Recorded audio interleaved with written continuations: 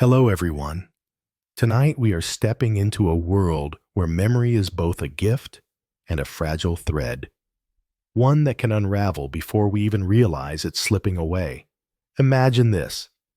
You walk into a sunlit room, the air thick with the scent of old books and lavender, and you see your mother sitting on the edge of her bed. You call out, "Mom, it's me, Sue Young." But her eyes, once so familiar, now search your face as if you're a stranger. The silence is heavy, broken only by the distant hum of a television in another room. You might not survive the heartbreak of that moment, the realization that the person who raised you, who once knew every detail of your life, now looks at you with polite confusion. So, before you get comfortable, take a moment to like the video and subscribe, but only if you truly enjoy what I do here. And while you're at it, let me know in the comments where you're watching from and what time it is in your corner of the world. I love seeing how far our little community reaches. Now, turn off the lights, maybe turn on a fan for a soft noise, and let's begin our journey tonight. I remember the first time my mother forgot my name. It was a Sunday, the kind of day that should have been filled with laughter and the clatter of dishes after lunch. Instead, I found myself repeating, "It's me, Sue Young," over and over, as if the sound of my name could anchor her to the present. But her gaze was distant, her smile polite, but empty. At first, I was angry. How could she not recognize her own daughter? I showed her photos, told her stories, but nothing seemed to reach her. It was only later, after the anger faded, that I understood. It wasn't me she was forgetting. It was the world itself, slowly erasing itself from her mind. One memory at a time. There's a strange wisdom that comes with old age, a kind of acceptance that life is a series of arrivals and departures. My grandmother used to say, "The mind is like a garden. If you don't tend it, the weeds will take over." I never really understood what she meant until I watched my mother's memories fade, replaced by confusion and fear. It's a cruel irony that the very organ that holds our identity can betray us so completely. Here's a strange fact. The hippocampus, the part of the brain responsible for memory, is named after the Greek word for seahorse because of its shape. Imagine that. A tiny seahorse swimming in the sea of your mind, carrying your memories on its back. When dementia strikes, it's as if that seahorse is lost at sea, unable to find its way home. There's an ongoing debate in the academic world about whether dementia is an inevitable part of aging or if it can be prevented, or at least delayed, by lifestyle choices. Some researchers argue that genetics are destiny, while others believe that the brain is far more resilient and adaptable than we give it credit for. Tonight, I want to explore that question with you, not as a scientist, but as someone who has seen both the devastation and the hope that comes with this journey. As I sat with my mother, holding her hand and listening to the rain tap against the window, I realized that I had a choice. I could accept her decline as fate, or I could fight for every remaining moment of clarity. That's what brings us here tonight, the search for hope, for answers, and for a way to keep our minds, and the minds of those we love, as sharp and vibrant as possible, as the relentless march of dementia. Dementia is not just a thief of memory, it is a slow erasure of self, a gradual fading of the colors that once made up a person's life. In South Korea, where I live, 1 in 10 people over the age of 65 is living with dementia. That's not just a statistic, it's a silent epidemic, quietly reshaping families, friendships, and entire communities. And the numbers are only climbing. By 2050, experts predict that over 3 million Koreans will be living with this condition. Sometimes, I wonder if we're all just waiting for the day when someone we love will look at us and ask, "Who are you?" But are we truly powerless? Is dementia an unavoidable fate? A shadow that lengthens with every passing year? Or is there something we can do? Some small act of rebellion against the darkness? I remember sitting in the hospital waiting room, surrounded by other families, each of us clutching hope like a lifeline. The doctors were kind but blunt. There is no cure. We can only slow the progression. It felt like being told to build a dam with a handful of sand. Yet, even in that bleakness, I found a stubborn spark of hope. I started reading everything I could find: medical journals, memoirs, even online forums where strangers shared their stories. I learned that dementia is not just about forgetting names or misplacing keys. It's about losing the thread of your own story.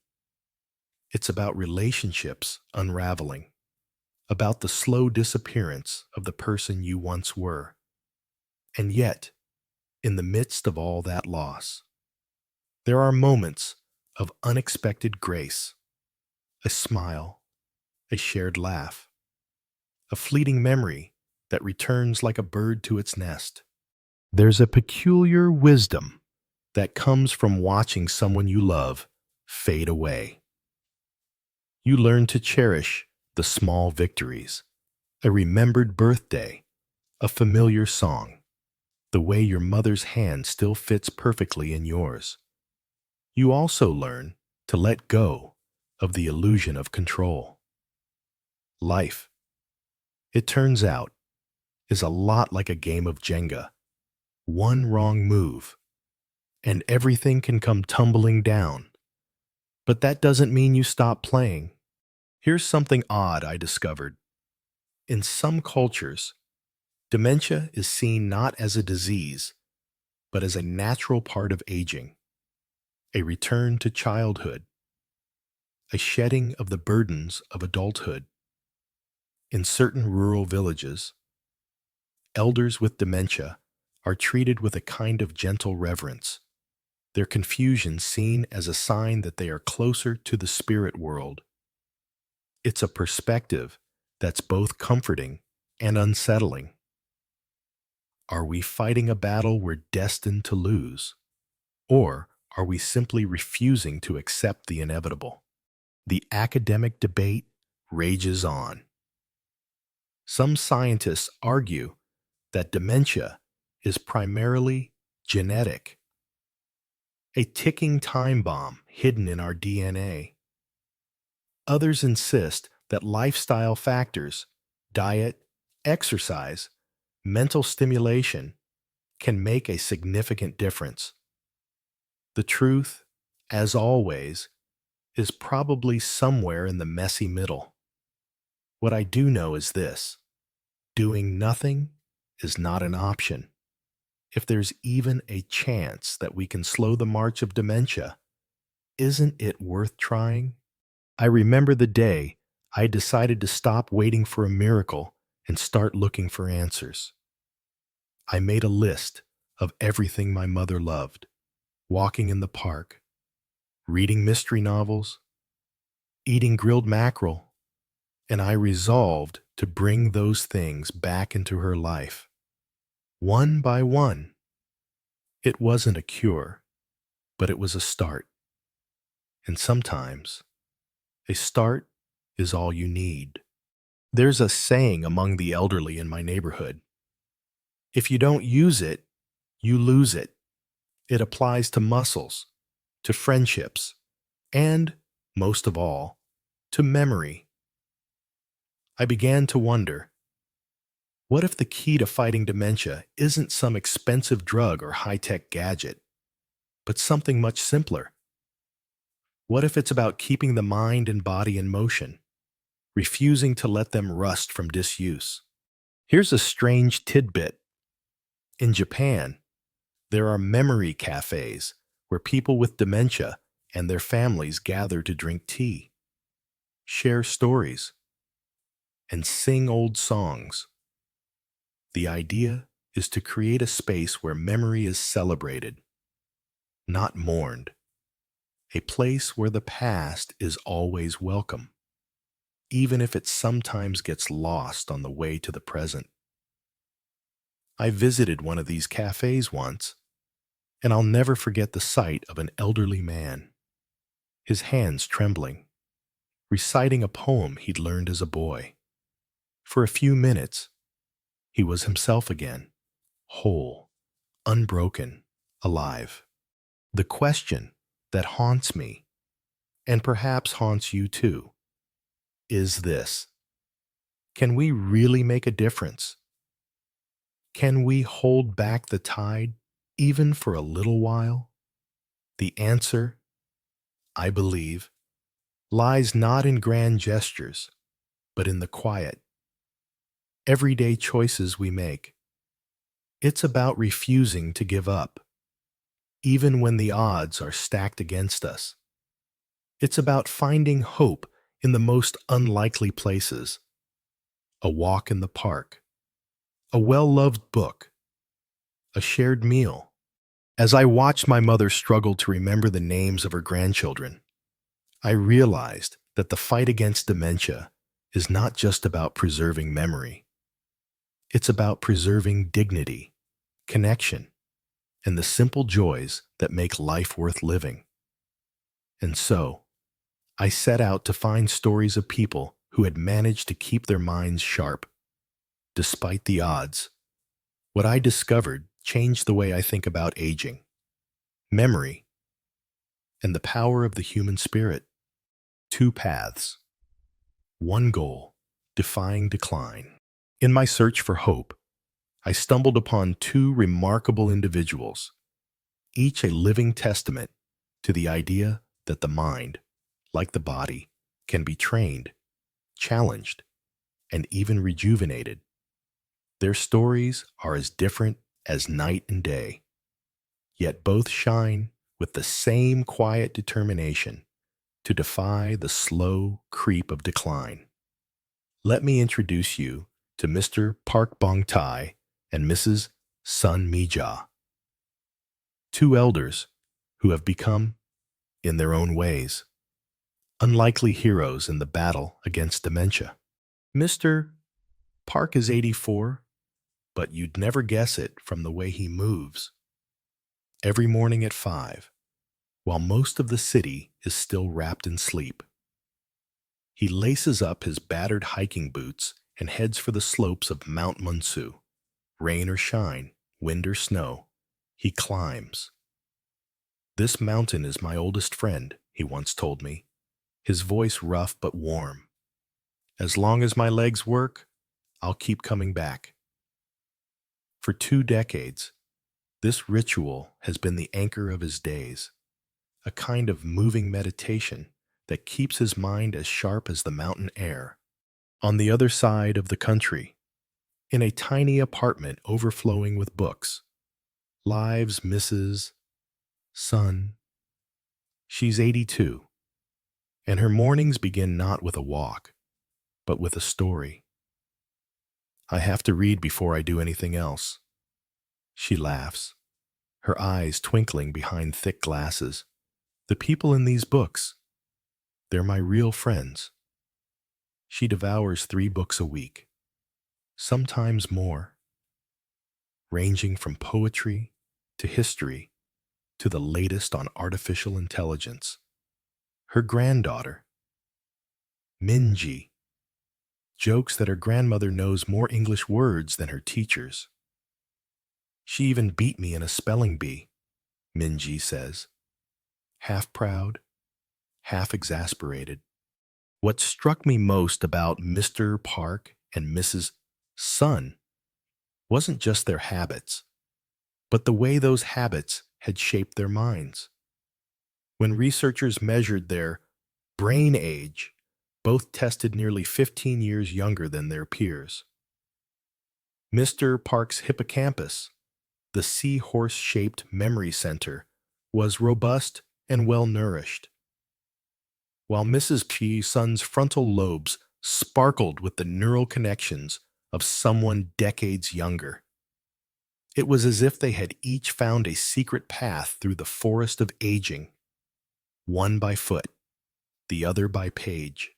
There's a certain wisdom that comes with choosing your own path, especially in old age. Mr. Park once told me, "People think I'm crazy for climbing mountains at my age, but I'd rather wear out than rust out." Mrs. Sun, for her part, shrugged off the idea that reading was a waste of time. The world is changing so fast. If I stop learning, I'll be left behind. Their words stuck with me, a reminder that the fight against decline is as much about attitude as it is about action. Here's a curious fact. In a study of superagers, people in their 80s and 90s with the cognitive abilities of much younger adults, researchers found that nearly all of them had one thing in common. No, it wasn't a special diet or a rare gene. It was a passion for something, whether it was hiking, reading, painting, or even competitive chess. It seems that the secret to staying young isn't just what you do, but how much you love doing it. Of course, not everyone agrees on the best way to keep the mind sharp. Some experts argue that physical exercise is the gold standard, flooding the brain with oxygen and growth factors. Others insist that mental stimulation, puzzles, reading, learning new skills is the real key. The debate is ongoing and, frankly, a little exhausting. I sometimes wonder if the answer is simply to do what makes you feel most alive. There's a strange, almost magical quality to the routines of Mr. Park and Mrs. Sun. For Mr. Park, the mountain is both a playground and a proving ground. He tells me that he can remember every twist in the trail, every tree that's fallen since last winter. "My mind is clearer up there," he says. "I even remember what my wife asked me to buy at the market." For Mrs. Sun, books are a portal to other lives. Other times, she can recall entire passages from novels she read decades ago, and she delights in sharing obscure facts. Did you know that the word library comes from the Latin labor, meaning book or tree bark? Neither did I, until she told me. There's an open question in the academic world. Is it better to specialize in one activity or to mix things up? Some studies suggest that variety is the spice of cognitive life, while others argue that mastery and repetition build deeper neural pathways. Watching Mr. Park and Mrs. Sun, I'm inclined to think that the best approach is the one you'll actually stick with. After all, a routine is only as good as your willingness to repeat it, day after day, year after year. One afternoon, I asked Mrs. Sun if she ever got bored of reading. She laughed, a deep, rolling sound that filled the room. How could I? There are more stories in the world than I could ever read in 100 lifetimes. Mr. Park, when asked if he ever tired of the mountain, just shook his head. Every day is different. The air, the light, the sound of the birds, even the rocks change if you look closely enough. Their stories are a reminder that there is no single path to a healthy mind.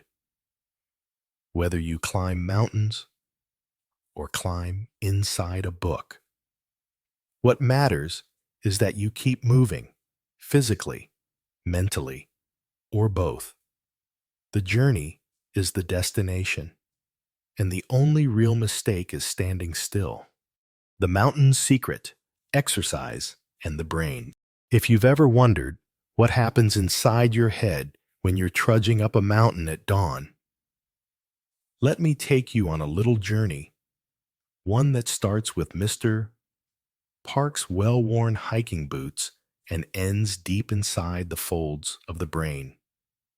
Every morning, as the city snoozes, where Park is already out the door, the cool air biting at his cheeks, the world still wrapped in a blue-gray hush.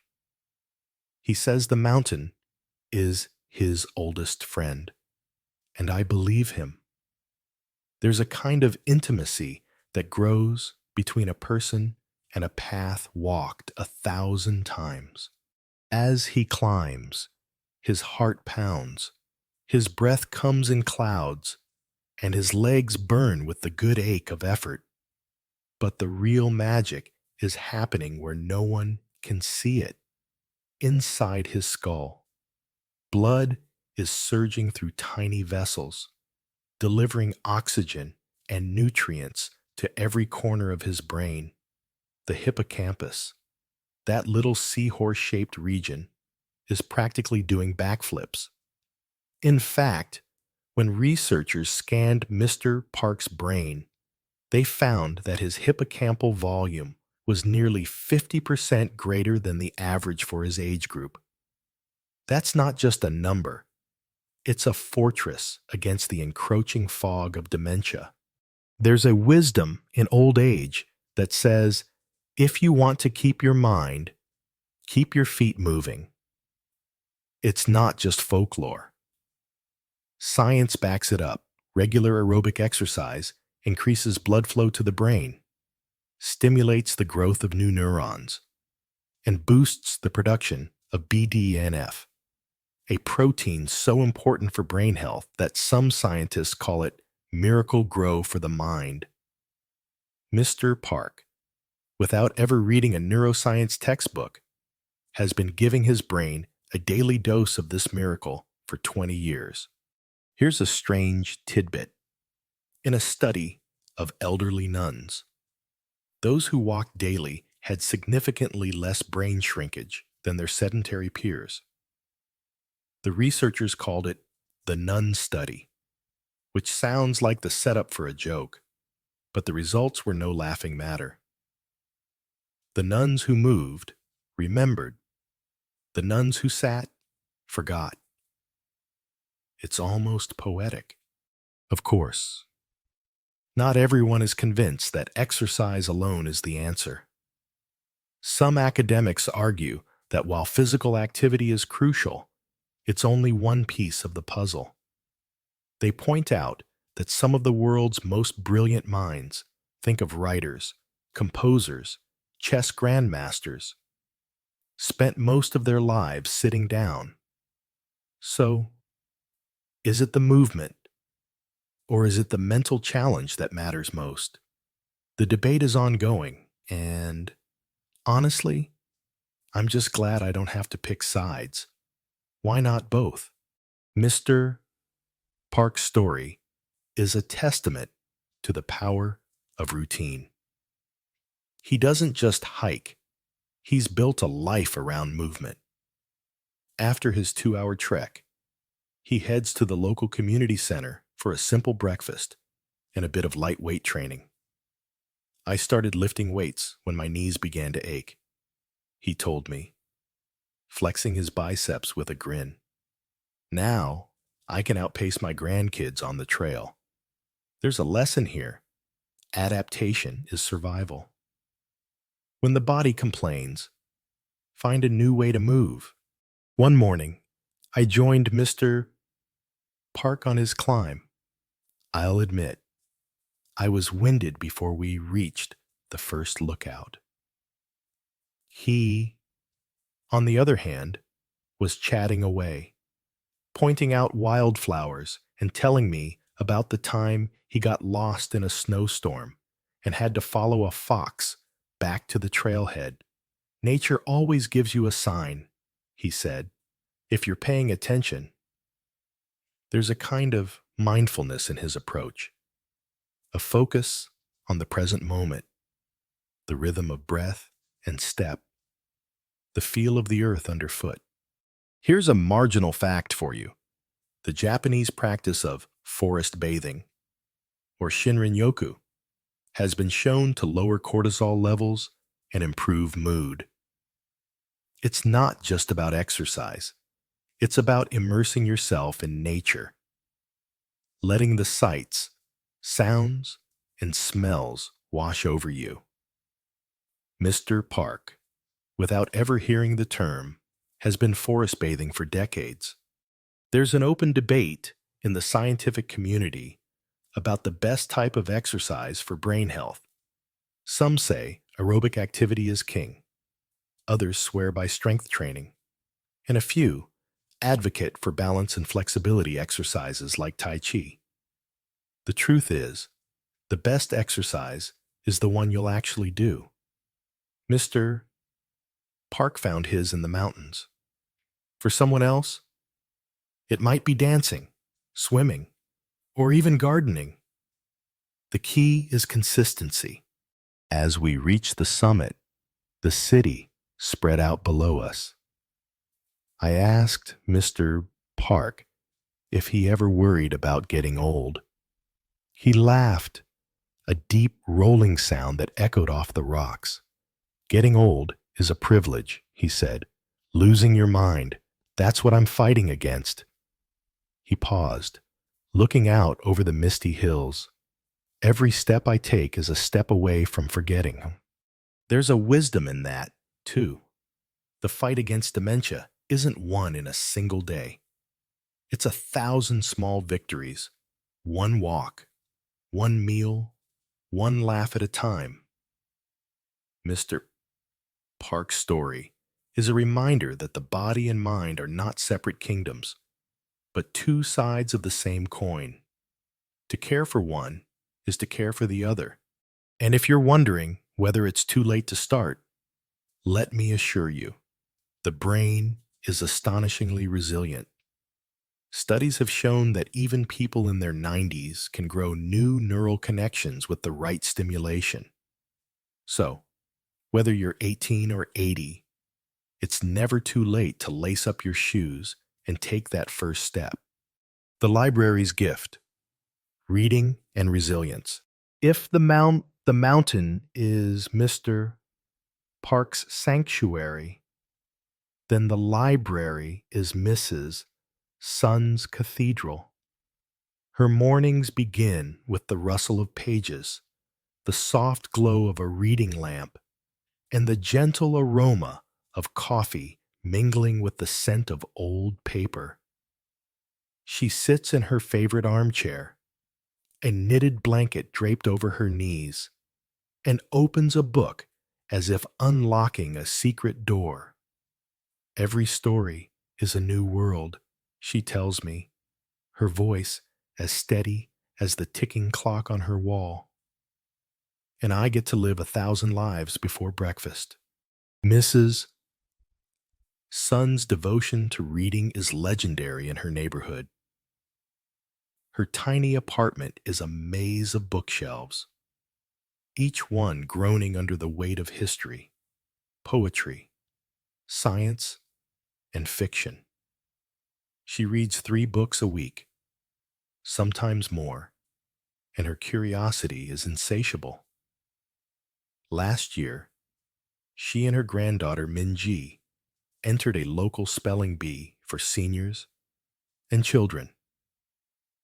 To everyone's astonishment, Mrs.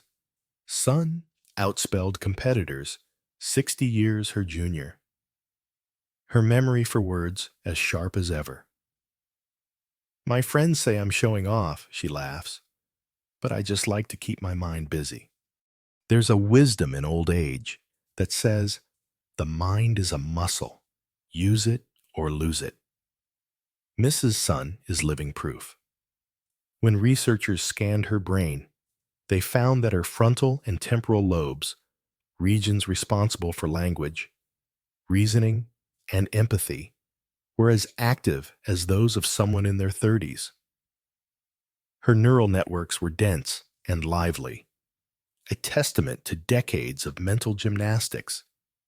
It's as if every book she's read has left a trail of breadcrumbs, guiding her mind through the labyrinth of aging. Here's a strange fact. When you read a novel, your brain doesn't just process words. It simulates the experiences of the characters, activating the same regions that would light up if you were actually living the story. So, when Mrs. Hameyu's son reads about a hero climbing a mountain, her brain is, in a sense, climbing right alongside him. It's a kind of virtual reality, powered by imagination and ink. Of course, not everyone agrees on the power of reading alone. Some academics argue that while mental stimulation is important, it can't replace the benefits of physical activity. They point to studies showing that sedentary lifestyles, even among avid readers, are linked to higher rates of cognitive decline. The debate is ongoing, and, as usual, the answer is probably somewhere in the middle. Still, there's no denying the unique gifts that reading brings. Mrs. Sun's daily routine is a masterclass in cognitive resilience. She doesn't just read, she discusses, debates, and even writes her own short stories. She attends a weekly book club at the local community center, where she's known for her sharp wit and encyclopedic memory. I like to argue, she admits with a sly smile. It keeps the young people on their toes.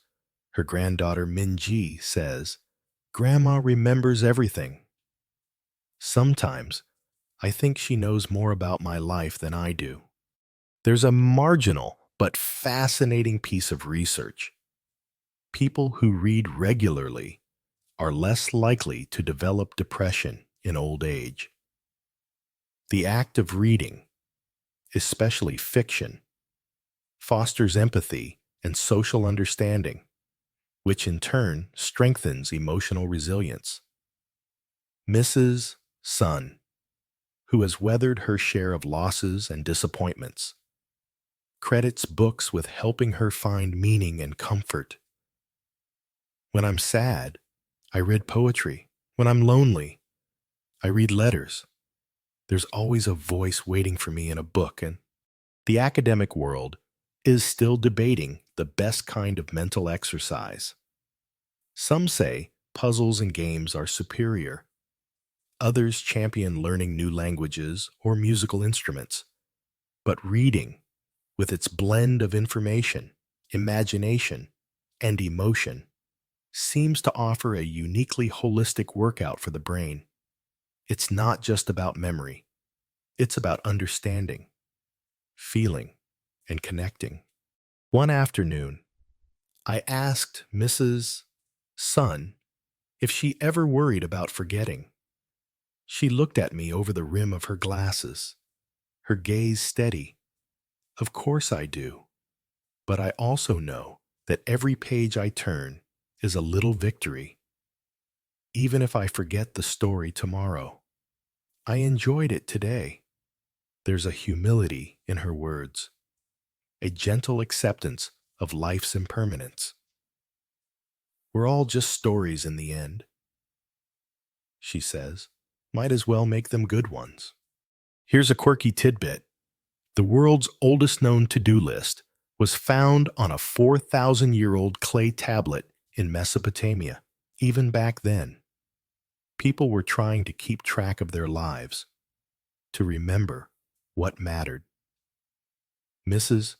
Sun keeps her own lists, books to read, words to learn, memories to revisit. It's her way of anchoring herself in the present, even as time tugs her gently forward. There's an open debate about whether technology, e-books, audiobooks, online articles can offer the same benefits as traditional reading. Some purists insist that only paper counts, while others embrace the convenience of digital formats. Mrs. Sun, ever the pragmatist, uses both. As long as I'm learning, I don't care how the words get to me. Her story is a reminder that the mind, like the body, thrives on challenge and novelty. Whether you're scaling a mountain or scaling the heights of literature, what matters is that you keep reaching, keep exploring, keep growing. The journey is never finished, and the next chapter is always waiting to be written. The synergy of body and mind. As I watched Mr. Park and Mrs. Sun, I couldn't help but wonder, what if you didn't have to choose between the mountain and the library? What if the real secret to a resilient mind was not in picking one path, but in weaving them together? This question led me to a fascinating study, one that would change the way I think about aging forever. Researchers gathered 100 older adults, all over the age of 65, and divided them into 4 groups. The first group did only aerobic exercise. The second group focused solely on reading and mental activities. The third group combined both. And the fourth group, well, they were the control, left to their usual routines. For a year, the participants walked, read, sweated, and pondered. At the end, the results were as clear as a bell on a crisp morning. The group that exercised saw their brain age drop by an average of 7.5 years. Impressive, right? But the group that combined exercise and reading saw a staggering 12.3-year reduction. That's not just addition, it's synergy, a kind of cognitive alchemy where the whole is greater than the sum of its parts. It's as if the mountain and the library, when joined, create a force field against decline. There's a wisdom in old age that says, don't put all your eggs in one basket. The same goes for brain health. By challenging both body and mind, you build a kind of cognitive reserve, a backup system that can step in when the main circuits falter. It's like having a spare key to your own memory.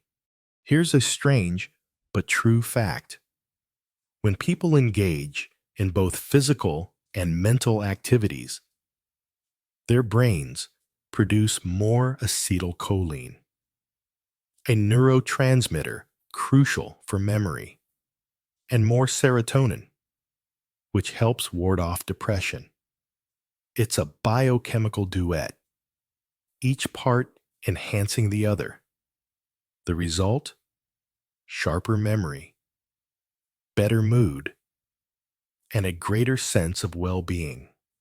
Of course, the academic debate continues. Some experts argue that the benefits of combining activities are overstated, that genetics and luck play a bigger role than we'd like to admit. Others point to cultures where elders remain active in both body and mind well into their 90s, with remarkably low rates of dementia. The truth, as always, is probably somewhere in between. But the evidence for synergy is growing stronger every year. Mr. Park and Mrs. Pum, son, ever the pioneers, decided to test the theory themselves. Mr. Park joined Mrs. Ma's son's book club, and Mrs. Sun started walking with Mr. Park in the mornings.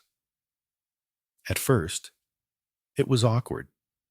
Mr. Park struggled to sit still for long discussions, and Mrs. Sun found the walks exhausting. But slowly, they adapted. Mr. Park discovered a love for historical novels, and Mrs. Sun found that the fresh air made her mind clearer.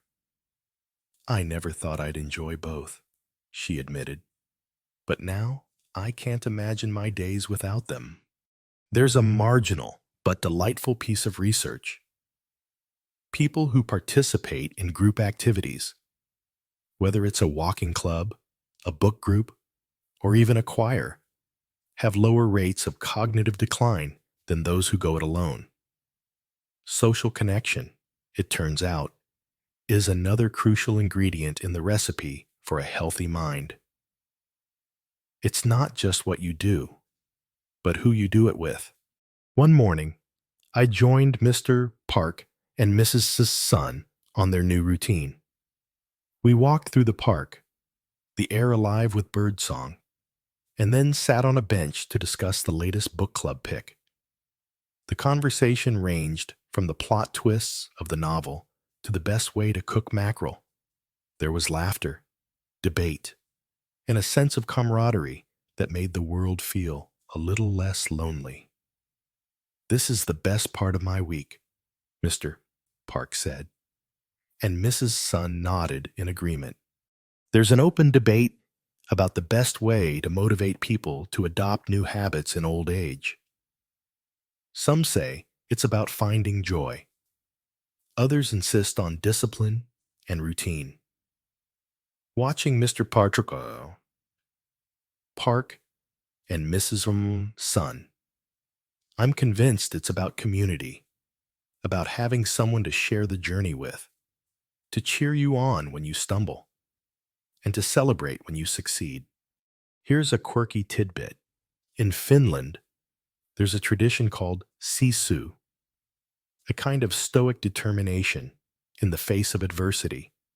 Elders there often combine physical activity with mental challenges, cross-country skiing while reciting poetry. For example, their rates of dementia are among the lowest in the world. Maybe there's something to be learned from that blend of grit and grace. The synergy of body and mind is not just a theory. It's a lived reality for those willing to embrace it. Whether you're climbing a mountain, reading a novel, or doing both with friends, you're building a brain that's not just older, but wiser, more resilient, and more alive. As the sun set on our walk, I realized that the real secret to aging well isn't about avoiding decline altogether. It's about meeting it head on with curiosity, courage, and a willingness to try new things. The mountain and the library, the body and the mind, they're not rivals, but partners in the dance of life. Practical steps for a sharper mind. After witnessing the transformation in Mr. Park and Mrs. Sun, I found myself asking, what can the rest of us do, starting today, to protect our minds and perhaps even turn back the clock a little? The answer, as it turns out, is both simpler and more profound than you might expect. You don't need to scale a mountain or read the entire works of Tolstoy. Though if you do, please send me a postcard from the summit or a book review. What you need is a handful of small, consistent habits that, over time, can make a world of difference. Let's start with movement. If you can walk, walk.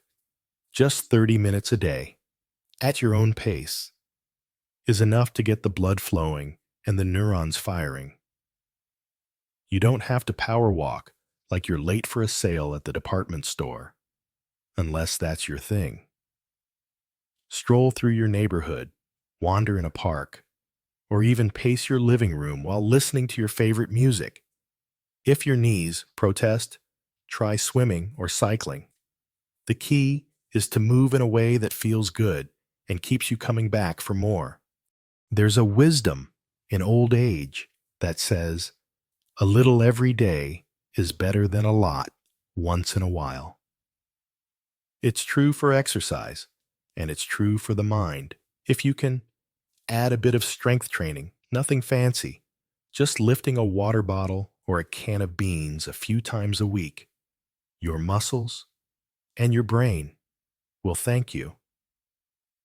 And if you're feeling adventurous, try a new activity, Tai Chi, dancing, or even gardening. The novelty itself is a workout for your brain. Here's a strange but delightful fact. Studies show that people who take up juggling in their 60s actually grow new gray matter in the brain. Yes, juggling. So, if you've ever wanted to join the circus, now's your chance. Or, at the very least, impress your grandchildren. Now, let's talk about reading. You don't have to start with War and Peace. Pick up a book that makes you curious, makes you laugh, or reminds you of your childhood. If your eyes tire easily, try large print books or audiobooks. Listening to stories activates many of the same brain regions as reading them. And if you're feeling social, join a book club or start one with friends. The conversations you'll have are as nourishing as the books themselves. There's an ongoing debate in the academic world about whether it's better to read fiction or nonfiction for brain health. Fiction, with its complex characters and emotional arcs, seems to boost empathy and imagination. Nonfiction, on the other hand, can expand your knowledge and vocabulary. My advice? Read both. Or, if you're like Mrs. Sun, read whatever you can get your hands on. The important thing is to keep learning, keep questioning, and keep your mind open. Don't forget about food. The brain is a hungry organ, and it thrives on a diet rich in omega-3 fatty acids. Think salmon, mackerel, walnuts. Antioxidants, blueberries, spinach, dark chocolate, and plenty of water. There's a quirky old saying, eat like you have to feed your brain, not just your belly. Avoid too much sugar and processed food, which can fog your mind and sap your energy. And if you're feeling fancy, try a Mediterranean-style meal. Lots of fish, olive oil, nuts, and fresh vegetables. Your brain will feel like it's on vacation in Greece. Here's a marginal but a fascinating tidbit. In some Scandinavian countries, elders gather for fika, a daily coffee break with friends, pastries, and conversation. It's not just about the caffeine or the sugar. It's about the ritual, the connection, and the mental stimulation. Socializing, it turns out, is as important for brain health as any crossword puzzle or treadmill session. There's an open debate about the best way to start new habits, especially later in life. Some experts say you should set big, audacious goals. Others recommend starting small. So small, it's almost impossible to fail. I'm in the second camp. If you want to walk more, start with 5 minutes. If you want to read more, start with a page a day. The magic is in the repetition. not the intensity. And don't forget to rest. Sleep is when your brain does its housekeeping, sorting memories, clearing out toxins, and preparing you for another day of learning and living. Aim for 7 to 8 hours if you can, and don't be afraid of a good nap. Einstein swore by them, and look how that turned out. Finally, be kind to yourself. There will be days when you forget, when you stumble, when you feel like you're not making progress. That's normal. The journey to a sharper mind is not a sprint. It's a gentle, winding walk. Celebrate the small victories. A new word learned, a chapter finished, a walk completed. Each one is a step toward a brighter, more resilient future. So, whether you're starting today or picking up where you left off, remember, your brain is waiting for you. It's never too late to begin, and every effort counts. As Mr. Park and Mrs. Sun have shown, the path to a sharper mind is not about perfection. It's about persistence, curiosity, and a willingness to try. Hope rekindled, a daughter's journey. If you've ever watched someone you love slip away, memory by memory, you know the ache that settles in your chest, a kind of homesickness for a person who is still right in front of you. That was my reality with my mother. But as I learned from Mr. Park and Mrs. Bum, son, hope is not a grand, dramatic thing. It's quiet, persistent, and sometimes arrives in the smallest of gestures. After months of research, trial, and error, I decided to put everything I'd learned into practice. I started with the simplest thing, a daily walk. At first, my mother resisted. She would grumble about her knees, the weather, or the pointlessness of walking in circles. But I persisted, gently, never pushing too hard. We started with 5 minutes around the block, then 10, then 20. Sometimes we'd stop to watch the neighborhood cats, or to smell the flowers blooming along the fence.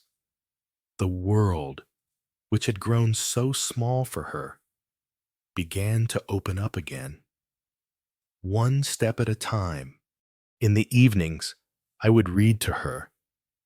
I chose stories she loved as a young woman, romantic novels, tales of adventure, even old letters she'd written to my father. At first, she listened in silence, her eyes distant, but slowly, she began to respond. She'd laugh at a funny line, or ask a question about a character. One night, as I closed the book, she turned to me and said, "I remember this story. I used to read it to you when you were little." It was the first time in months that she'd connected a memory to my childhood. I nearly cried. There's a wisdom in old age that says, memories are like embers. Sometimes all they need is a little breath to glow again. I saw this firsthand. The more we walked and read together, the more my mother seemed to return to herself. She began to remember where she'd left her glasses, or the name of her favorite neighbor. She even started cooking again. Her hands remembering recipes her mind had almost forgotten. Here's a strange but true fact. The brain is capable of forming new neural connections well into our 90s. It's called neuroplasticity, and it means that, with the right stimulation, even an aging brain can adapt and recover. I saw this in my mother. After 6 months, her doctor was surprised by her progress. Her cognitive test scores had improved, and she was more engaged, more present. It wasn't a miracle, but it was enough. Of course, not every day was a victory. There were setbacks, days when she was confused or frustrated or simply too tired to try. But I learned to celebrate the small wins. A remembered name, a shared laugh, a meal cooked together. These moments became our new milestones, proof that hope is not about erasing the past, but about making the most of the present. There's an ongoing debate in the medical world about how much recovery is possible in dementia. Some experts are cautious, warning against false hope. Others point to cases like my mother's and argue that, while we may not cure dementia, we can certainly improve quality of life. I've come to believe that both are true. The goal is not perfection, but progress, however slow, however small. One evening, nearly a year after we began our new routine, something extraordinary happened. As I was setting the table for dinner, my mother called out, "Soo Young, can you help me with the rice?" It was the first time in 3 years she'd said my name without prompting. I stood there, stunned, the spoon in my hand trembling. "Of course, Mom," I replied, my voice thick with emotion. In that moment, I realized that hope is not about grand gestures or dramatic recoveries. It's about these tiny, precious moments of connection. Here's a marginal but heartwarming tidbit. In some cultures, elders with memory loss are given special roles in family rituals, not because of what they remember, but because of the love they inspire. Their presence is a reminder that value is not measured in memories alone, but in the bonds we share. There's an open debate about the best way to support caregivers. Should we focus on training, on respite, on community support? My experience taught me that the most important thing is not to do it alone. I found strength in support groups, in friends who listened, in neighbors who offered a helping hand. Caring for someone with dementia is a marathon, not a sprint, and every bit of help matters. As I look back, I see that the journey with my mother was not just about fighting dementia. It was about rediscovering our relationship, about finding joy in the everyday, about learning to let go of what was lost and cherish what remained. The walks, the stories, the shared meals, they became our new language, a way to say I love you when words sometimes failed. If you are on this journey, know that you are not alone. There is hope, even in the smallest of steps. And sometimes, the greatest victories are the ones that happen quietly, in the soft glow of evening, when a mother remembers her daughter's name. Gentle reflections and final encouragement as our journey together draws to a close tonight. I want you to imagine the gentle hush of twilight settling over your home. The world outside grows quiet, the day's worries softening at the edges, and you find yourself reflecting on the stories we've shared, of mountains climbed, books devoured, and memories rekindled. There's a certain peace that comes with knowing you are not alone in your hopes, your fears, or your longing to hold on to what matters most. And if there's one thing I've learned from my mother, from Mr. Park, from Mrs. Sun, and from the countless others who have walked this path, it's that the mind is both fragile and astonishingly strong. It can be battered by time, by illness, by loss, and yet, with the right care, it can also surprise us, offering up moments of clarity, laughter, and connection when we least expect them. The journey is rarely easy, but it is always worth taking. There's a wisdom in old age that says, the slowest river still reaches the sea. Progress may be measured in inches, not miles, but every step forward is a victory. I think of Mr. Park, still rising before dawn to greet the mountain, his breath visible in the cold air, his spirit undimmed by the years. I think of Mrs. Son, her hands turning the pages of a new book, her mind alive with questions and dreams. And I think of my mother, her voice calling my name, a sound I once feared I'd never hear again. Here's a strange but comforting fact. In some remote villages, elders are believed to carry the collective memory of the community. When they forget, the village gathers to share stories, to fill in the gaps, to remind each other that no one's memory is ever truly lost as long as it is held by another. There's a lesson in that for all of us. We are, in the end, the keepers of each other's stories. The academic world continues to debate the best ways to preserve cognitive health. Is it exercise, reading, social connection, or something else entirely? The truth is, there is no single answer, no magic bullet, no one-size-fits-all solution. What matters is that we keep trying, keep learning, and keep reaching out to one another. The journey is as important as the destination. If you're listening to this tonight, maybe you're feeling overwhelmed, or maybe you're just curious. Maybe you're caring for someone with memory loss, or maybe you're worried about your own future. Wherever you are, I want you to know that it's never too late to start. Begin with a walk, a page, a conversation. Let the small things become your anchors.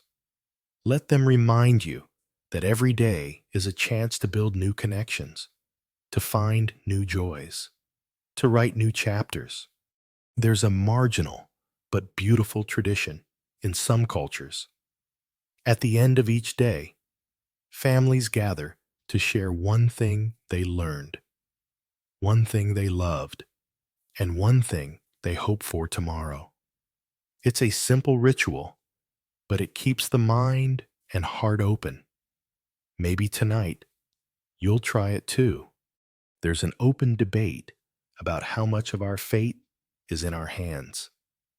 Some say we are at the mercy of our genes, our circumstances, our luck. Others believe in the power of choice, of habit, of hope. I find comfort in the middle ground. We may not control everything, but we can always choose to care, to try, to love. So, as you settle in for the night, let the stories of Mr. Park, Mrs. Son, my mother, and your own loved ones linger in your mind. Let them be a gentle reminder that the journey to a sharper, more resilient mind is not about perfection. It's about persistence, curiosity, and kindness, both to ourselves and to those we care for. Now, take a deep breath.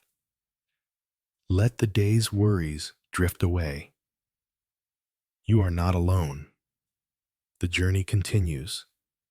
One step, one page, one memory at a time. Oh, As we come to the end of our journey tonight, let's slow down together, letting the words settle softly like dust motes in a quiet room. We have wandered through stories of loss and hope, of mountains climbed and books cherished, of small victories and gentle persistence. If you close your eyes, you might still hear the crunch of gravel under Mr. Park's boots, the rustle of pages in Mrs. Sun's hands, or the quiet laughter of a mother and daughter rediscovering each other. One memory at a time, what have we learned? That the mind, though vulnerable, is never beyond our care. That movement and curiosity, whether through a morning walk or a chapter before bed, can nourish us in ways that medicine alone cannot. That the bonds we share through conversation, shared meals, or simply sitting together in silence are as vital to our well-being as any exercise or diet. And that hope, though sometimes faint, is always worth nurturing. You do not need to be perfect. You do not need to do everything at once. Begin with what you can. 5 minutes of movement, a single page, a kind word. Let these small acts become your daily ritual, your quiet rebellion against the slow fade of memory. And if you stumble, as we all do, remember that every day is a new chance to begin again. Tonight, as you drift toward sleep, let the stories linger. Let them remind you that you are part of a larger tapestry, woven from the memories and efforts of all who came before you and all who will come after. The journey to a sharper mind is not a race, but a gentle, ongoing dance. You are not alone. We are all walking this path together, step by step, word by word, memory by memory. End of the script. Good night.